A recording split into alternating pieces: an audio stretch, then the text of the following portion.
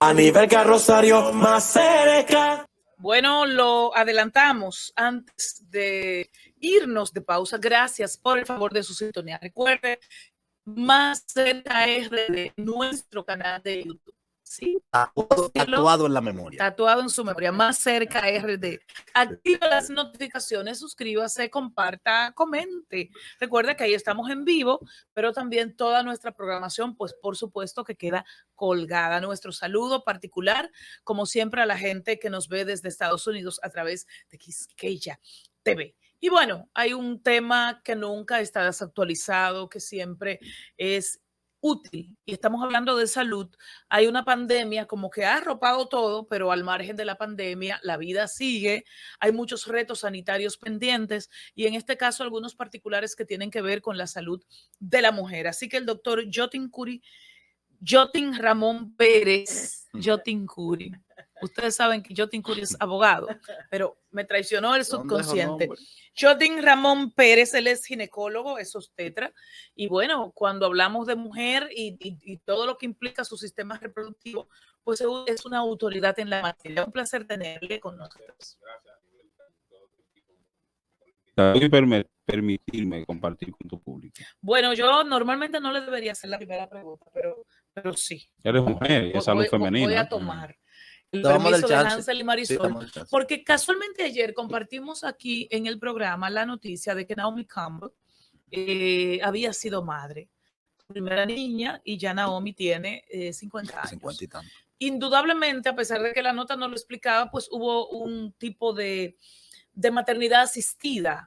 Pero le pregunto entonces, ¿qué tan posible es de que una mujer a los 50 años pueda ser madre sin asistencia, sin asistencia de infertilidad? ¿Y qué tan efectivos son los tratamientos para tratar la infertilidad hoy día? Es poco probable. Primero, desde el punto de vista de que de forma natural lograr un embarazo a esa edad, a menos que exista una ovulación presente todavía, porque sabemos que la paciente cuando llega, la mujer llega a una etapa que se llama menopausia, que presenta un agotamiento folicular. Se fue todo ahí. Y un freno, un cese de la función ovárica. Y la menopausia, un paréntesis, normalmente, ¿a qué edad se supone que el tiempo promedio es 51, más o menos 2 años. ¿Entonces no está asociado a la menarquía? Sí, está asociado al tiempo de aparición de la menarquia, porque los folículos de una mujer están limitados para toda la vida, tienen fecha de vencimiento, exactamente. Y entonces a menor tiempo o a más temprano inicia la liberación folicular, pues más temprano es lo que se ve, es lo más común. Medicina 2 y 2 no son 4. Pero Naomi tenía 50 años, de repente podría estar menstruando de manera regular. Podría, fuera posible, en caso de que ella pudiera tener cierto tipo de óvulos de buena calidad, pero claro, ahí está la reproducción asistida que últimamente por la tecnología ha tenido alta tasa o ha aumentado la efectividad. Doctor, a las mujeres, no solamente en República Dominicana, estamos enfrentando problemas de infertilidad, no solamente por el tema de la menopausia, sino otras enfermedades que se asuman a eso. ¿Cuáles son cuál es la incidencia realmente de la infertilidad en República Dominicana y cuáles son las enfermedades que la provocan? Es bastante alta y tenemos que clasificarla de acuerdo a la causa, claro está. Cuando hablamos de infertilidad tenemos que estudiar una pareja, porque es una pareja infértil, no solamente la mujer. Y tenemos que descartar una causa en el hombre primero. Si el hombre tiene un conteo espermático o la calidad, cantidad y la estructura de esos espermatozoides está normal, pues entonces nos basamos en buscar una causa en la mujer. Y en la mujer hay múltiples causas, dentro de las que podemos mencionar causas sistémicas, inmunológicas, hormonales, infecciosas, causas anatómicas, porque hay patologías en las cuales se interrumpe el paso del óvulo, ya sea una estenosis cervical, que el cervix del útero está muy estrecho y no atraviesa los espermatozoides, las trompas de falopio. Que la tengo tapada. Que estén tapadas, estén obstruidas, algún proceso infeccioso, como la infección por clamidia. Clamidia y gonorrea son los principales microorganismos, causas infecciosas que producen infertilidad por obstrucción tubárica. Y tenemos también que buscar causas uterinas en el endometrio, que es la parte donde se implanta un óvulo fecundado. Según su experiencia médica, obviamente, ¿cuáles son las causas primordiales, principales que usted tiene a mano, quizás sea estadística también, que ocasionan o que provocan la infertilidad femenina? Sí, mira, aunque la incidencia asociándolo a endometriosis es poco frecuente, se ve con mucha frecuencia, valga la redundancia. Oye, A qué ver si paradoja. comprendemos eso, doctor. La endometriosis es la presencia de tejido endometrial fuera de la cavidad uterina. El endometrio es un tejido que representa la parte interna del útero, la capa interna del útero, pero por algunas razones o algunas causas se implanta fuera del útero. Okay. Esto produce una alteración hormonal que pudiera desencadenar una infertilidad, al igual que el síndrome de ovario poliquístico también. Son de las principales, pero son patologías que frecuentemente la principal sintomatología o causa de consulta es la infertilidad. Es decir, son pacientes que tienen un trastorno menstrual, ven una menstruación muy prolongada o intermitente o varias veces en un mes o muy abundante, van, aparte de eso, no pueden conseguir un embarazo, van al médico y se le detecta o una endometriosis o un síndrome de ovario poliquístico.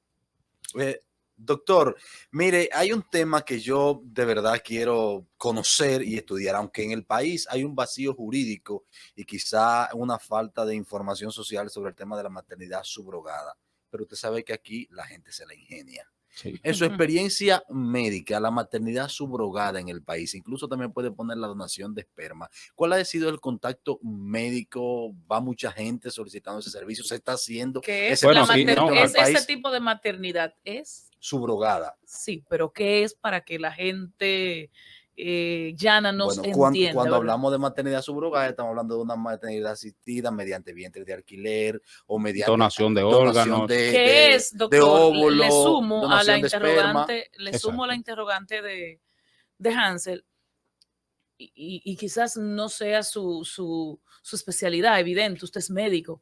Sí. Pero en el país no tenemos una norma, una ley que rija todo lo que tiene que ver con la maternidad asistida. Sí. Por ende, hay un vacío jurídico. Si un médico en una mala práctica me coloca ¿cuánto? 10 y no sé, y de repente yo soy madre de 9 carajitos, que eso es una mala práctica. Eso aquí no está regulado. Más directo aún, si yo te presto, si una mujer me presta su vientre y después ya quiere decir que no, que el muchacho es de ella. Por eso es que hay un vacío. Voy con el muchachito porque es mío. Por eso es que hay un vacío jurídico. Que el área de infertilidad o manejo de infertilidad de alta complejidad, que como se llama, la donación de esperma, conservación de óvulos o los mismos vientres en alquiler, eso es una especialización aparte, sí. Fertilización o infertilidad. Aquí hay buenos centros. Pero a usted no le llegan de pacientes infertilidad. con esos procesos. Sí, pero yo manejo solamente a la baja complejidad. Cuando tengo necesidad de una alta complejidad, lo refiero a un centro. Baja complejidad, estamos hablando del método tradicional. No, baja complejidad se refiere a identificar una causa que no conlleve a una fertilización in vitro. Por lo menos, eso sí ya es alta complejidad porque tú necesitas un lugar donde almacenar los óvulos, donde conservar los espermatozoides, donde hacer la punción o llevar el espermatozoide hasta el óvulo y darle seguimiento a esa paciente. Okay. Doctor, hay muchos médicos que se dedican ahora a ese proceso de aquí hay buenos centros. Médica. Sí, aquí hay buenos centros de manejo de infertilidad de alta complejidad. ¿Y usted ha conocido casos de pacientes que son vientres de alquiler? Sí, claro. Tengo compañeros que manejan ese tipo de pacientes y sí. Pero quiere decir que el vientre de alquiler no es un tema tabú en Dominicana, o sea, ya la gente lo acepta, ya... Un sector social sí lo acepta. Bueno, es un tema que hay que trabajar. Bueno, se está dando mucho y usted me corregirá, doctor, que como aquí hay un vacío jurídico, se hacen los procedimientos aquí y se van a dar a luz a México, por ejemplo, que está regulado, o a países donde... Pero no sería necesario porque no, ajá, y si tú después dices que el muchacho es un embarazo ya, ¿verdad? No, pero es que no, es que ya pasó, pero doctor, hay una información hoy muy preocupante y es que en la pandemia la muerte materna se ha disparado. Estamos hablando de 127 mujeres muertas por cada 1000 nacidos, 100.000 por cada nacidos vivos. 100.000 nacidos vivos. Esa cifra es altísima, Sí. aunque en Dominicana de por sí el tema materno-infantil en algunas ocasiones pues supera la media de la región. A su juicio, ¿qué es lo que pasa? ¿Se ha disparado realmente la muerte materna en República Dominicana? Sí, según la información que ha ofrecido el Servicio Nacional de Salud, sí ha habido un aumento de la mortalidad, de la tasa de mortalidad materna o razón de mortalidad materna en nuestro país en comparación con el año anterior, que es el 2019.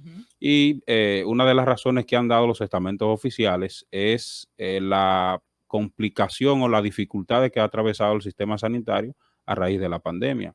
Recuerden que teníamos hospitales con prácticamente la mitad del personal fuera. Eso, por donde quiera que tú auditas una mortalidad materna o una muerte materna, tienes que irte a los controles prenatales.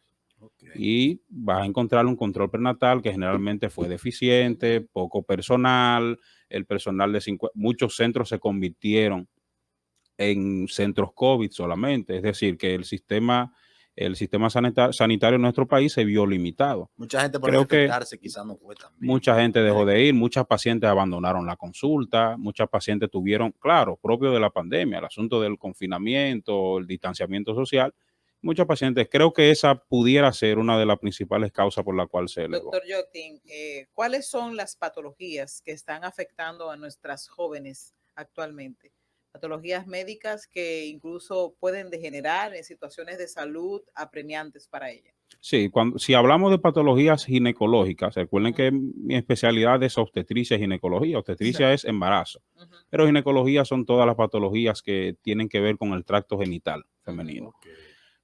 Hablar de patologías femeninas tenemos que mencionar el cáncer, cáncer de cervix, que es un cáncer totalmente prevenible y que tenemos que asociarlo con la infección del virus papiloma humano, que es prácticamente el agente causal de ese cáncer. Pero tenemos que mencionar cáncer de ovario, tenemos que mencionar cáncer de útero, endometrio, el cáncer de mama no podemos dejarlo, principal causa de mortalidad en mujeres a nivel mundial. Entonces son patologías que pudieran ser detectadas a tiempo, pero en el cáncer de cervix pueden ser prevenibles totalmente. No están vacunando a las niñas. Sí, actualmente hay una concientización para aceptar esa vacuna. ¿Hay vacunas y conciencia o solo vacunas?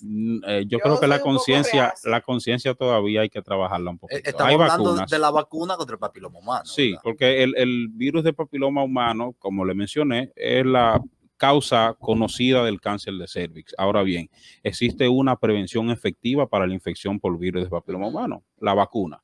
Estados Unidos prevé que para... ¿De qué edad se le puede hacer? 9 años. 9 años. Estados Unidos prevé que para el año 2030 ellos no tendrán un caso de cáncer de cervix, porque ellos incluyen dentro de su esquema de vacunación a todas las niñas, incluyen la vacuna. En República Dominicana, en principio, no estaba disponible en el sistema público la vacuna. Esa era sí, el primer muro. Sí. Eso fue salvado. Y ya tenemos vacunas en el sistema público disponible para las niñas. Pero ahora tenemos como que brincar una nueva situación, y es que mucha gente ni sabe que las vacunas están disponibles, ni sabe que existen, y otras ya con las vacunas disponibles y conociendo que están ahí, pues tienen resistencia a que sus niñas se vacunen. Yo voy a hablar de un caso personal porque yo vacuné a mi hija.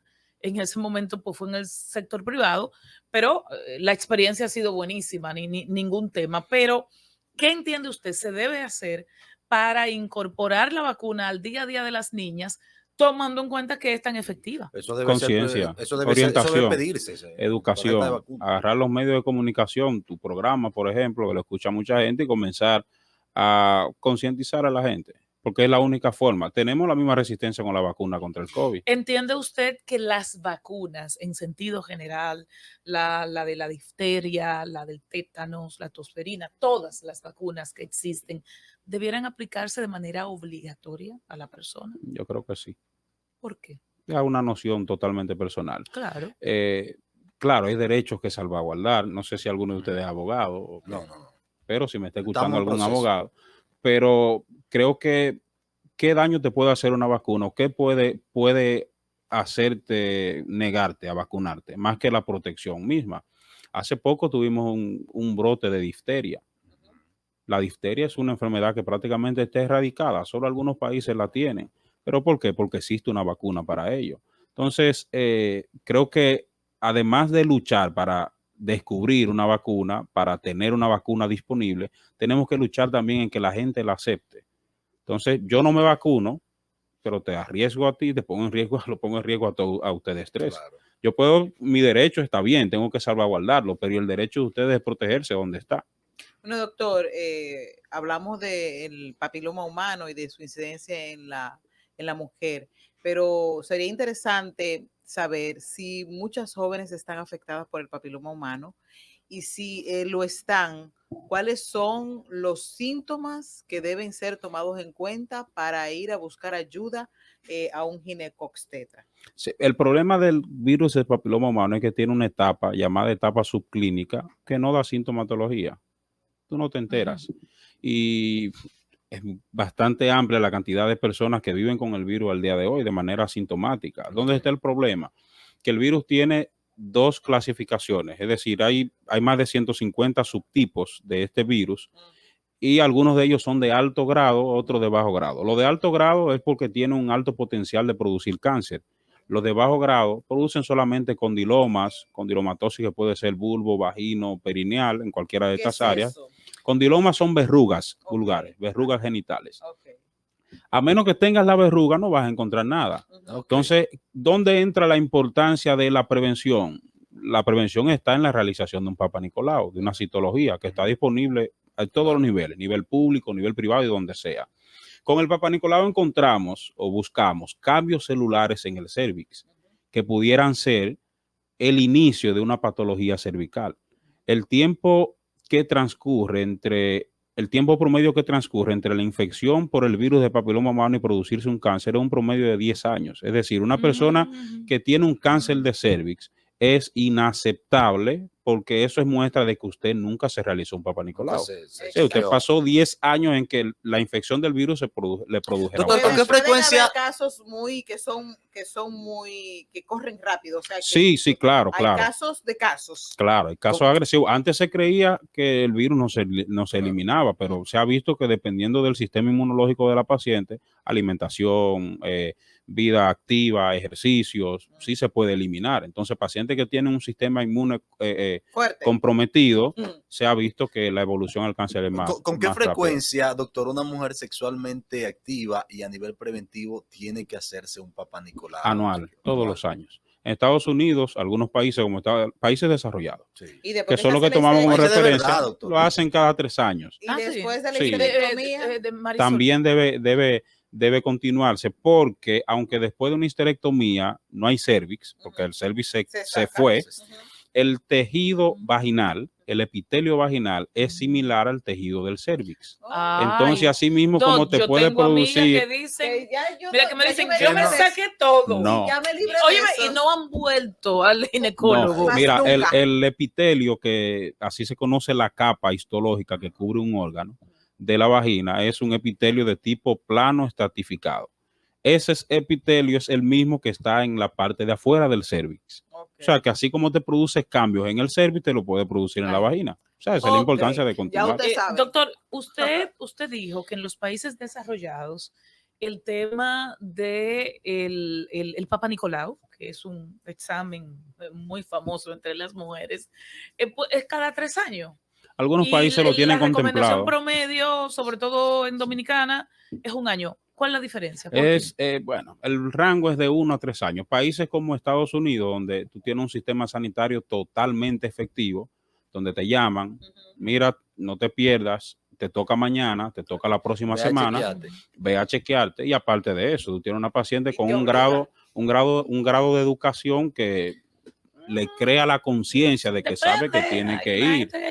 Pero aquí, por lo menos anual. Sí, doctor, pero a ver si entiendo.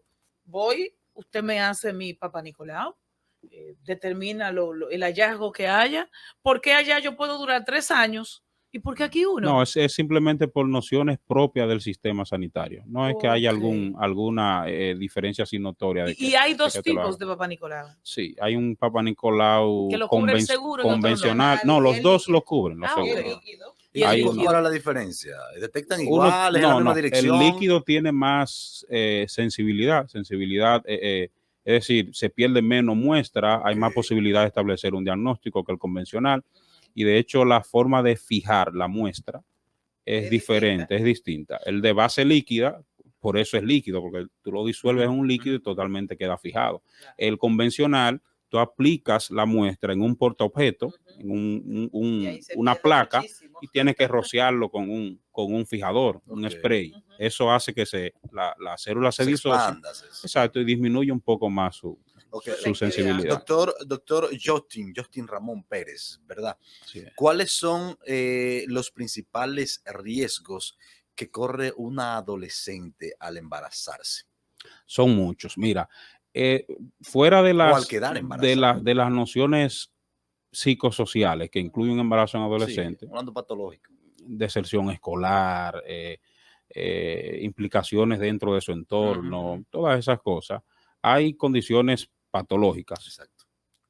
que tienen que ver mucho con el desarrollo corporal o anatómico de la adolescente. Ahí quiero entrar. Una pelvis estrecha, mayor posibilidad de desarrollar todas las enfermedades que pudieran complicar un embarazo. Está hablando de trastornos hipertensivos del embarazo, principal causa de mortalidad a nivel mundial. El trastorno Hipertensivos de la preeclampsia, es la mayor cantidad de principal muerte. causa de mortalidad materna a Ok. nivel mundial, totalmente, en nuestro país y en todo el mundo.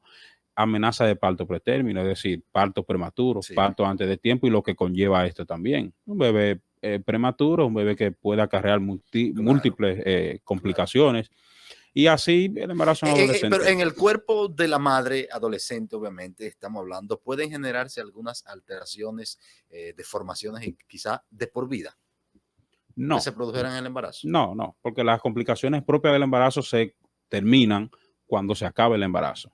Ahora bien, No hay un puede tema quizá de quedarte. desgarre vaginal y ese tipo Sí, de se cosas. puede producir desgarro, claro, si le das parto vaginal a una paciente con una pelvis no probada, una pelvis estrecha que dificulte el paso del bebé, le va a producir un Pero es desgarro, una claro está. complicación menor. Exacto. Doctor, por último, ¿qué exhortación le haría a usted, no solo a las mujeres, sino a toda la familia? Porque si estoy embarazada y es un embarazo de alto riesgo, si tengo cáncer de la índole que sea, si tengo una situación de salud, no solo me afecta a mí, afecta a mi Claro. familia, a mi hija, a mi esposo, Al entorno, a la Qué bueno que sociedad. lo el dice. entorno. ¿Qué debemos hacer para fortalecer nuestra conciencia respecto al tratamiento de los temas propios de la mujer, pero que afectan a la familia realmente? Acudir a su médico siempre. Los niños lo llevamos al médico sin tener nada. Se llama consulta de niño sano, ¿verdad? Sí. Crecimiento, cuánta libra Vamos. aumentó, Vamos a vamos a chequear, medirte. vamos a medirte, y así se hace un monitoreo constante del crecimiento y el desarrollo del bebé. Algunas funciones cognitivas, bueno, el muchacho va bien. Asimismo, debe existir una consulta de mujer sana. Por más sana que usted se crea que esté, un Papá Nicolau anual, una sonografía transvaginal, si ya, bueno, si es una paciente que ya es sexualmente activa, sonografía transvaginal a ver cómo están los ovarios, porque el cáncer de ovario tiene la dificultad de que no da sintomatología. A quien le detectan un cáncer de ovario es porque está en etapa avanzada. Wow. Cáncer de endometrio se puede ver a través de las condiciones de endometrio ¿Desde por qué edad hay sonografía. posibilidades de tener ese tipo de patologías? El cáncer de ovario es más frecuente en la cuarta o quinta década de la vida, pero hay cáncer de ovario que dan en pacientes jóvenes. Es decir, no sabemos qué tiempo transcurrió. En niñas no adolescentes. muy frecuente, en adolescentes no muy O en frecuente. personas no activas sexualmente. Sí, son frecuentes. Son frecuentes, pero generalmente se desarrollan, aparecen en la tercera, cuarta O sea, los 30, de década trentona en adelante. en adelante, exactamente. Entonces, toda Hay que mujer cuidarnos, Marisol. que se hace un Papá Nicolau al año, una sonografía transvaginal, una sonomamografía o una mamografía después de los 45, 50 años, es una mujer que probablemente en un año no va a padecer Podríamos de decir una que de el esas sistema patologías. público es efectivo cuando hablamos de situaciones de la mujer. Sí, hay muchísimos centros que brindan la atención y todo lo que te pueden dar en un centro privado se dan en los centros públicos. Bueno, gracias a Jotin Ramón Pérez, ginecólogo, obstetra, colposcopía también. Es uno de los médicos de los números del Distrito Nacional. La verdad, como dicen los abogados. Gracias por acompañarnos, Sus doctor. órdenes. Gracias a ustedes. Seguimos con Más Cerca. Nos vamos de viaje luego de esta pausa. A nivel carrosario más cerca.